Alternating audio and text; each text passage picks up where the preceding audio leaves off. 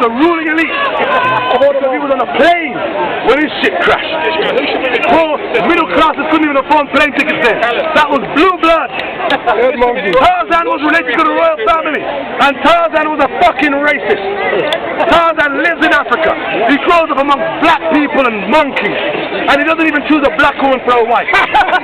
We have Tarzan. Imagine that would have been the first fucking mixed relationship. Instead, Tarzan, the racist motherfucker, he goes on his satellite phone to Hollywood. He says, Hollywood, I ain't marrying no fucking black nigga bitch jungle body. Send me a white woman. So another plane crash with a white woman called Jane. Fuck it. He doesn't befriend black people, he befriends a monkey, a chimpanzee. And look at Tarzan. Tarzan was an imperialist racist. What is Tarzan doing? He's always helping the white imperialist colonial motherfuckers to find gold. And he's getting the black workers. And the workers are carrying all the guns and the gold. And they're singing. And then one falls off a cliff. They're not worried about the fucking African, they're worried about the supply of gold that's gone down the fucking cliff. Tarzan was an imperialist. Tarzan was always helping the white imperialists colonize black people. I've traveled the length and breadth of Africa looking for Tarzan. And if I find that fucking motherfucker, he's racist. Tarzan could speak to black people who have been in Africa for millions of years. 6 million years they rate black people as being in Africa. And we can just about speak to each other.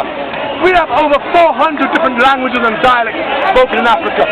One village might not even be able to communicate with another village. But here's Tarzan. Tarzan can speak every fucking dialect and speak to all the animals. Angao. Angao. Tarzan speaks to everything. You always create the white man as the hero. But it is that hero worship that is now coming to an end, my friend. You have Africom. He mentioned Africom. Are you familiar with Africom? Who are they? What is it? What is Africom? You don't know, do you? I've been there. What? Oh, we've been there. Where? To Africom? Safari. Where is Safari? What is Africom? What is Africom? What is Africom? Africom? Yes. Yes. I don't know. You don't know. Imagine we're having a debate with this motherfucker, and he knows nothing about Africom. African Command, where the Americans have now taken over the French, the former Foreign Legion military base in Djibouti, where the Americans are now training military forces like NATO, but African, called Africom, African Command, whereby they control. They're not invited by the countries which they're in. Of course they're invited. But don't, sir. They've created an African Command of which they control. They have a private military. They virtually have a private military. Africom's been running now. Sir, these Africans would know about it. But now we want to talk about Africa.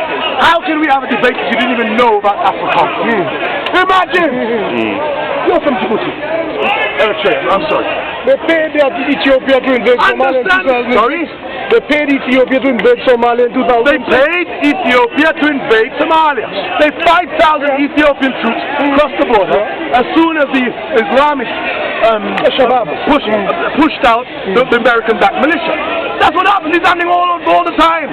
But you don't know about it. Africans are angry, but we have no voice. Now, but think about this. Britain and the West are in an economic crisis. But during this time of economic crisis, they're saying they want to increase overseas aid. Think about this. During a time of economic crisis, they're going to increase overseas aid. And of course the British public say, well, why are we helping others if we're going through a crisis? And the government says, no, it's important, it's important. Let me tell you why overseas aid is important for the West. Because that's how you get votes in the United Nations. That's how you get the Arab League and others on side. When you had Resolution 1441, Piers Morgan from the Daily Mirror said it was a coalition of the bullied, the bribed, and the terrified.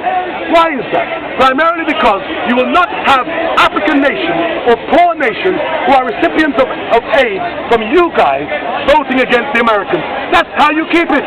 So you buy the support, and if they go against you, you cut their aid. You sabotage their government. You cripple their economy. So of course, when we talk about America saying we want bases in your country, America has over 800 military bases around the world. 800! America is an imperialist nation. America is fascist. But we don't want to use the word fascism anymore. Black president. It's fascist! The black president. With a black president. He's not The black. black fascist president. How's that? The representative of the The United black Nations is fascist also president. black. What is fascism? Why is he fascist? Fascism came out popular under Mussolini. Fascism is what? What is fascism? Why is he fascist? Fascism is the relationship between state, church, and business. And that's exactly what we have going on right now. Right now. Right now. It is fascist. Look at what we've got in the media recently with Rebecca Brooks, News International, Rupert Murdoch. It's a coup. Why? Because it was Rupert Murdoch who got Tony Blair elected. Rupert Murdoch backed Tony Blair. He backed New Labour. During the last elections, Rupert Murdoch decided to go against New Labour, and he decided to go with the Conservatives. And so it's been New Labour, and like a scorned lover, like a rejected mistress. And how convenient that they've taken it out on the news of the world. Like a scorned mistress. They've gone and said, look at the corruption of Rupert Murdoch and the power relations that he has with the media. They've grassed him up. They're fucking super grasses. It's the New Labour. But they're just as corrupt, just as guilty, and it's not just News International. Globalized news has become globalized. Do you remember in the 80s when we had all of these big corporate takeovers, mergers, companies merging? We used to have a plurality of media. In Britain, you could watch the news at 10, then you could watch the BBC News at 9 o'clock, and they're both featuring different things. BBC News at 5:45, different to Channel 4 News. News was different. Now the news has become globalized because most of the news you watch comes from virtually 5 news sources. Reuters, Associated Press. There's only a handful of them. And you pool the news. And so therefore you watch Sky News and it says, today the world voted, the United Nations voted Resolution 1973. You switch on the channel and it's there. And then there's a small news they tell you a cat is stuck on a roof. Then on Sky News, you switch to BBC and you see the fireman holding the cat. You switch to CNN and you see the fireman coming down. You switch to Fox and you see the interview with the fireman. Oh yeah, it was very risky. It was like 25 feet up. All the news is now pools, so we don't have a plurality of news. That's why the media are so important to your new neoliberal imperial agenda. Because what you do with the media is sell the public the lies. You are salesmen. You don't have journalists nowadays. You have salesmen and women selling you lies. What problem do you have with what I'm saying? What lie have I told you? It's propaganda. But we don't think of it as propaganda because the person who delivers the news, you see them every day in your house. You see Final edition. Final edition. Take a toilet and wipe your arm. Yeah. Final edition. Look at it. We're going to really miss the news of the world because they gave us some intellectually stimulating, edifying news. Such as Brian Giggs who had an affair. He sucked my dick in the toilet. Great news. We're going to really miss it. And then they say this is what the public wants. The public didn't want. This is what the public got. Because the public is stupid. The Sun. They own the Sun newspaper. The Sun is the most popular newspaper in Britain. The most popular English-speaking newspaper in the world. The last edition. Yeah. I hope you're not going to keep it. Oh yeah, I am. Why can I not challenge the media? They want you to be preaching Jesus. Jesus. They want you to be preaching Muhammad. Muhammad. They want us divided. As long as we parrot out this nonsense, rather than dealing with the real issue. If you are a Christian, keep that relationship with yourself. If you are a Muslim, be as good a Muslim as you can. Sure. You're not going to be a better Muslim because you stand up here and say, Muhammad said this or said that. Why don't you perfect yourself as a good Muslim? Live the life according to how Muhammad determined you should live that. But instead, they keep us divided. As long as you say, I'm a Muslim, I'm a Jew, I'm a Christian, we fight amongst ourselves rather than dealing with all of the grassroots issues. We are all being screwed. Whether you are Muslim, Jew, Christian, black or white, we're all getting fucked. But some of us are liking it.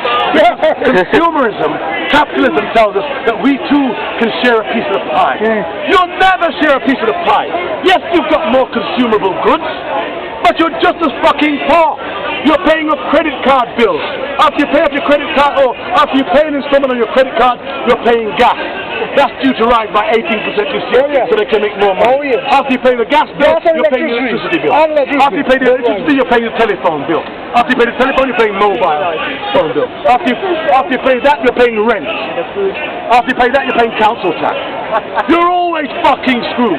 But do you believe that you too can make it one day? The American dream. We have these false aspirations. Because the same media that tells us about the war in Libya, they're the same media that tell us how wonderful David Beckham is. They tell us how we should be concerned that Paris Hilton has blown her nose. That we should be concerned that look at the outfit that Lady Gaga's wearing at her next concert. So rather than be concerned about global news, we say, did you see the outfit that Lady Gaga wore? Who gives a fuck? Rather than using the means of revolution, Facebook, MySpace, Twitter, YouTube, this is your means. If you have the internet, you have an AK-47. If you have Google, you have a PhD. If you have your email, if you have blogs, you have ammunition. But they are fearful that you will begin to use that technology. What happened in Libya when people began Facebooking? They cut it. In Egypt, they cut it. Who cut it? What the state?